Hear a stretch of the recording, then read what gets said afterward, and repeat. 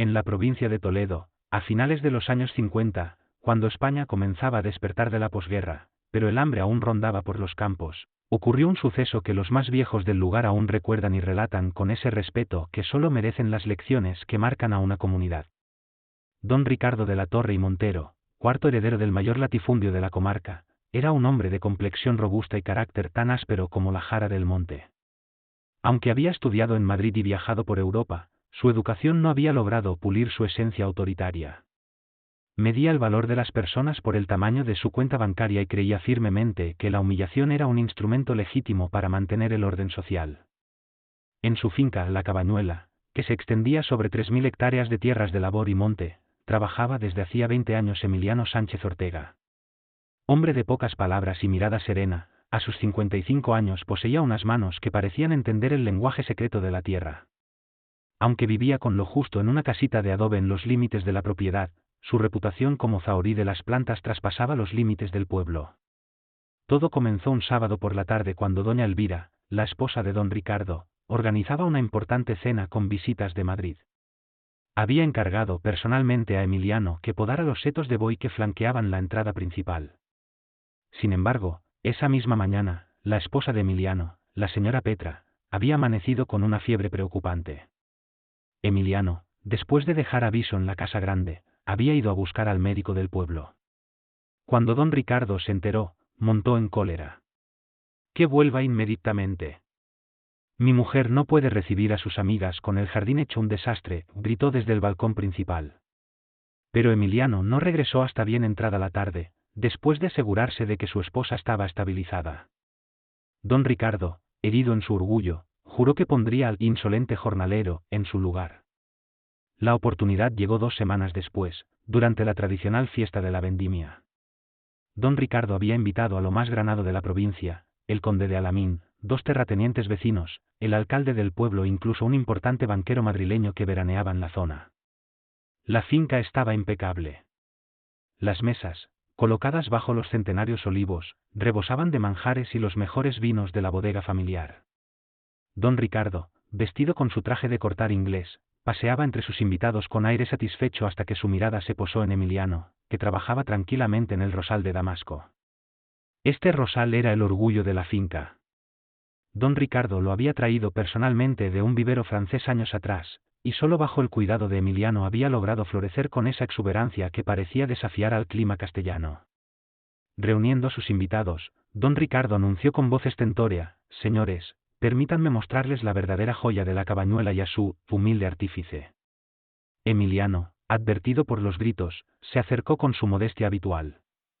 Sus pantalones de pana estaban remendados en las rodillas, sus manos ásperas como corteza de encina, y en sus uñas llevaba la tierra que don Ricardo consideraba símbolo de inferioridad. «Cuéntales, Emiliano», dijo el hacendado con falsa cordialidad, «¿cuál es tu secreto para hacer florecer esta maravilla francesa? ¿Es cuestión de abono, de riego, o es simplemente suerte de analfabeto?». La pregunta era una trampa perfecta. Si hablaba de técnica, parecería arrogante. Si hablaba de suerte, confirmaría su supuesta inferioridad. Emiliano se limpió las manos en el pantalón y miró el rosal con una ternura casi paternal antes de responder. «Don Ricardo, las plantas no entienden de títulos ni de fortunas. Solo entienden de respeto. Este rosal es como una persona mayor, hay que saber escucharlo, entender cuando tiene sed, cuando necesita solo sombra. No hay secretos, solo paciencia y cariño». La respuesta, simple pero profunda, desconcertó a don Ricardo. Sintiendo que perdía el control de la situación, arrancó con violencia la rosa más perfecta, aquella que todos admiraban, y se la ofreció a Emiliano con gesto despectivo. «Toma, para tu mujer. Seguro que en su vida sencilla nunca ha tenido algo tan fino entre sus manos. Que disfrute de este lujo que la naturaleza le brinda por caridad de su patrón». Los invitados contuvieron la respiración. El conde de Alamín bajó la mirada, incómodo. El alcalde carraspeó. Todos esperaban la reacción del humilde jardinero. Pero Emiliano no aceptó la flor inmediatamente. La observó con una tristeza profunda, como si estuviera viendo algo más que una rosa mutilada. Luego alzó la vista y miró directamente a los ojos de don Ricardo con una expresión que nadie esperaba, no de rabia, sino de lástima. Gracias, don Ricardo, dijo con voz pausada pero firme. Es una flor hermosa, sí. Pero es como la caridad que nace del desprecio, se marchita en un día y solo deja el aroma de lo que pudo haber sido, y el dolor de la herida infligida a quien la creó. Señaló entonces el tallo sangrante del rosal. Esta planta sufrirá ahora, don Ricardo. Llorará savia durante días. Le costará semanas recuperarse. Usted ha cortado la flor, pero ha dañado la raíz.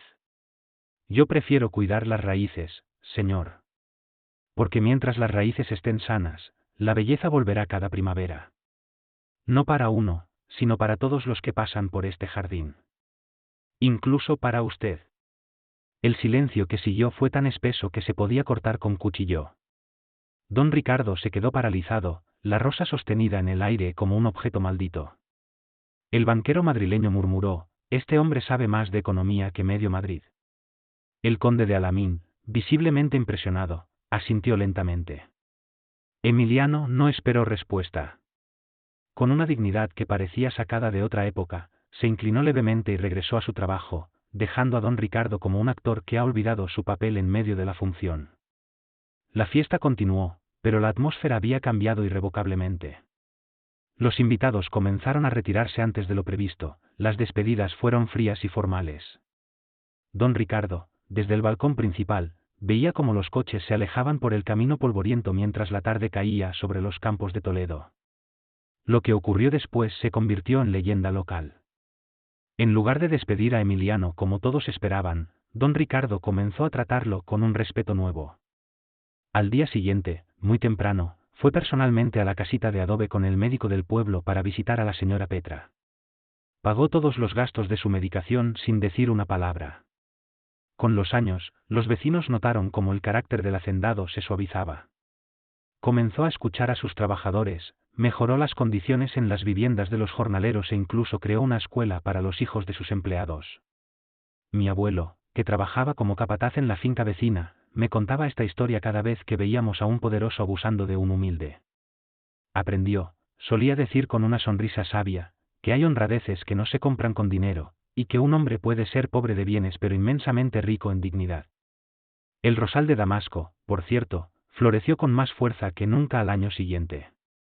Y cuenta la leyenda que don Ricardo mandó plantar un esqueje idéntico en el pequeño jardín de la casa de Emiliano, donde creció vigoroso durante décadas, como testimonio silencioso de que hasta los corazones más endurecidos pueden florecer cuando reciben el agua del respeto.